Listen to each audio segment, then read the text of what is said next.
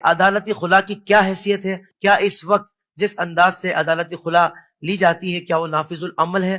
اور اس کے نقصانات بھی بتا دیں۔ اچھا عرض ہے، ہوتا یہ ہے ہمارے ہاں، عدالت میں خاتون نے دعویٰ دائر کیا، وکیل لیا، وکیل اب آگے سارا کام کر رہا ہے۔ وہ کیا کرتے ہیں کہ پتہ غلط لکھ دیتے ہیں، سمن جاتا ہی نہیں، یعنی شوہر کو معلوم ہی نہیں، نمبر ایک۔ یا دوسری صورت یہ ہوتی ہے کہ شوہر کو سمن تو جاتا ہے، لیکن مثال کے طور پہ بسا اوقات عورت بضد ہو جاتی ہے اس بات پر کہ میں نے رہنا ہی نہیں۔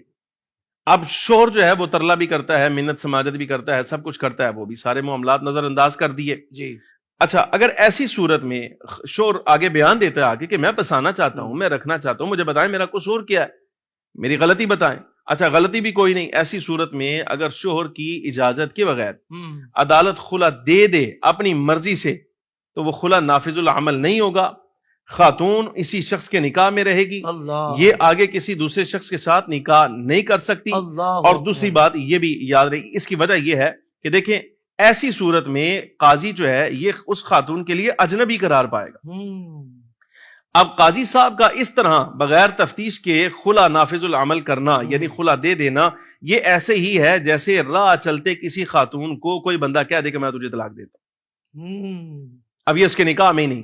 قرآن عزیز کہتا ہے بیدہ عقدۃ النکاح، کہ اللہ نے نکاح کی جو گرہ ہے وہ شوہر کے ہاتھ میں دی ہے، وہ راضی نہیں ہے، وہ بسانا چاہتا ہے، ہر چیز پوری کر رہا ہے، تو قاضی کو یہ حق نہیں ہے کہ وہ خلا دے دے۔ اگر خلا دیا نافذ العمل نہیں ہوگا۔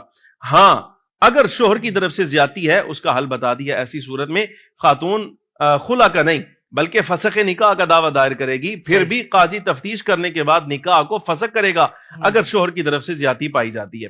اور ایک لازمہ یہ بھی یاد کر لیا جائے، یہ عدالتوں میں نہیں پڑھایا جاتا، خاتون جس وقت عدالت میں دعویٰ دائر کرتی ہے نا تو خلا کا، تو شرع کہتی ہے خلا اس وقت ملے گا جس وقت خاتون کوئی پیشکش کرے گی۔ اچھا، ہاں پیشکش کرے گی۔ قرآن عزیز نے یہ لفظ کہیں، فی مفتدت بھی کے لفظ قرآن عزیز نے کہے ہیں کہ خاتون فدیہ ادا کرے۔ حدیث سنا دیتا ہوں، نبی پاک صلی اللہ علیہ وسلم کی خدمت عالیہ میں ایک صحابی حاضر ہوئی اور نبی علیہ الصلوۃ والسلام سے عرض کیا، یا رسول اللہ صلی اللہ علیہ وسلم، جس صحابی کے نکاح میں ہوں، غالباً ثابت بن قیس سے، شاید میں ان کے نکاح میں ہوں، حضور مجھے ان کی اخلاقی اعتبار سے اور دینی اعتبار سے کسی قسم کی مجھے ان سے کوئی شکایت نہیں، لیکن بات یہ ہے کہ اسلام میں ناشکری جو ہے نا میں اس کو ناپسند کرتی ہوں، مجھے اچھی نہیں لگتی۔ سرکار سمجھ گئے، اشارتاً کہہ رہی ہیں کہ میں ساتھ رہنا نہیں چاہتی، ساتھ نہیں رہنا چاہتی۔ تو نبی پاک صلی اللہ علیہ وسلم نے ارشاد فرمایا، اچھا تم ساتھ نہیں رہنا چاہتی، علیحدگی چاہتی ہو؟ جی ہاں یا رسول اللہ۔ اب یہ ہے قاضی، یعنی اس کو آپ ایسے سمجھے، قاضی کی عدالت میں خاتون نے دعویٰ دائر کر دیا، نبی پاک صلی اللہ علیہ وسلم نے ارشاد فرمایا ثابت کو کیا دو گی؟ عرض کہ یا رسول اللہ جو باغ انہوں نے حق مہر میں مجھے دیا تھا وہ واپس کر دوں گی۔ صحیح، آگے سامنے بیٹھے، اب یہ سارا مرحلہ دیکھیے گا، ثابت بن قیس سامنے بیٹھے ہیں، نبی علیہ الصلوۃ والسلام نے پوچھا، فرمایا کہ راضی ہو؟ عرض کہ جی ہاں یا رسول اللہ یہ باغ واپس کر دے تو میں علیحدگی دینے کے لیے راضی ہوں۔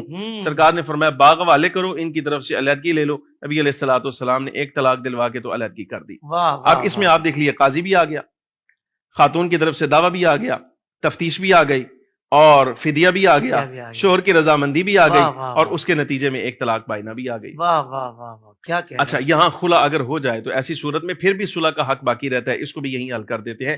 خلا اگر صحیح طریقے سے ہو گیا علیحدگی کے بعد، مثال کے طور پہ مرد و عورت کے ذہن میں، ان کے خاندان کے ذہن میں آتا ہے کہ ان کی واپس صلح کروا دی جائے تو تجدید نکاح کے ساتھ صلح ہو جائے گی، البتہ اب شوہر کے پاس 2 طلاقوں کا حق باقی رہے گا۔